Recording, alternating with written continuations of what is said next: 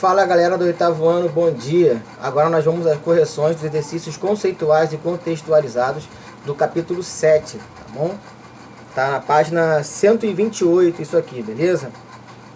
Bom, vamos direto aqui à correção do exercício. A pergunta número 1 é a seguinte, ó. O mundo em que vivemos atravessou ao longo do século XX alguns conflitos mundiais.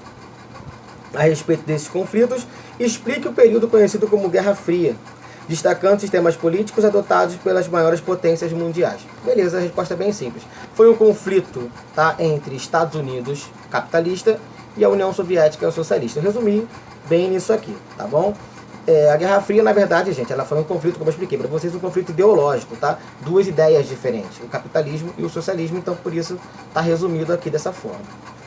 Bom, número 2. Algumas barreiras foram impostas na organização geopolítica da Guerra Fria. A respeito dessas barreiras, escreva a Cortina de Ferro e o Muro de Berlim. A Cortina de Ferro a gente não citou na aula, tá bom? Não achei que fosse nada absurdo falar sobre isso aqui, mas vou explicar para vocês agora aqui na pergunta.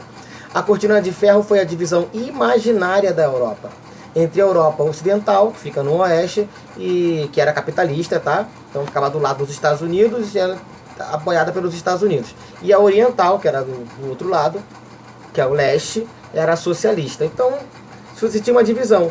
A parte oeste era capitalista, a parte leste era socialista. Por isso chamada de Cortina de Ferro, porque tinha uma divisão. Os países do lado de lá, né? Se você olhar no mapa, os países do lado direito, tá? Os países do lado direito são os países socialistas, e os países que estão do lado esquerdo, aqui no vídeo vai estar meio, acho que é contrário, mas aí quando você pegar no mapa, você olhar lá o mapa muito direitinho, do lado esquerdo são os países capitalistas.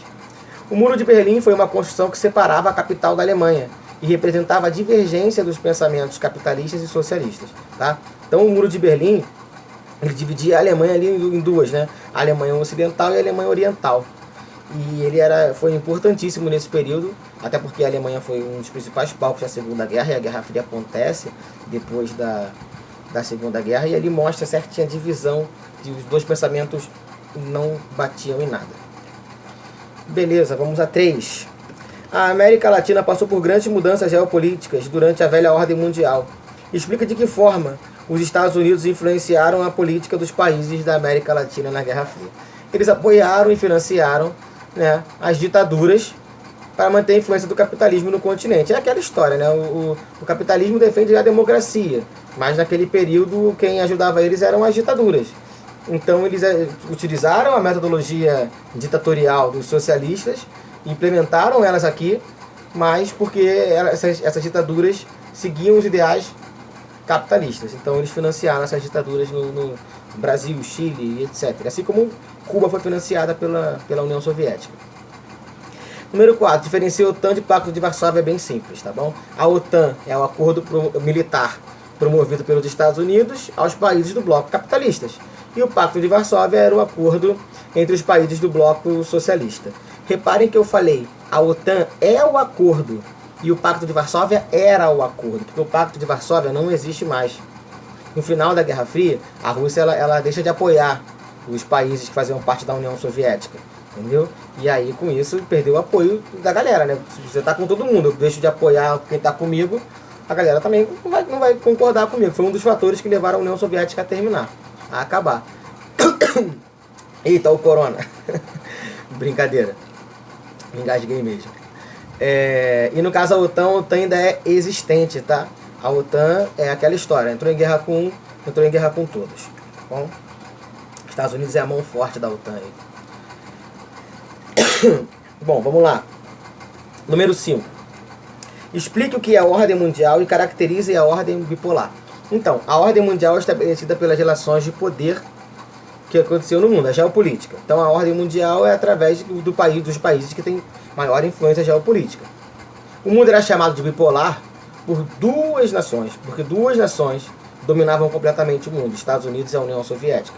Então, assim, se nós temos várias nações, como é hoje em dia, né, aí nós temos o chamado mundo multipolar. São várias nações que mandam.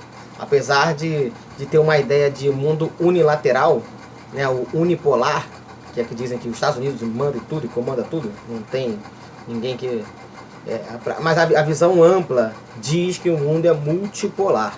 Então é tratado como o Japão tem a sua representância. Agora nós temos aí, a gente vê a China crescendo pra caramba, a Alemanha é um país, Estados Unidos. Então cada um num continentezinho ali vai dando uma mesclada nisso aí. Exercícios contextualizados, as perguntas são bem grandes, então o vídeo não é longo. Simples. A primeira é a letra E, a segunda também é a letra E, a número 3 é a letra D, a número 4 letra A e a número 5 letra D. Ok? Tamo junto, se cuidem. Bom dia.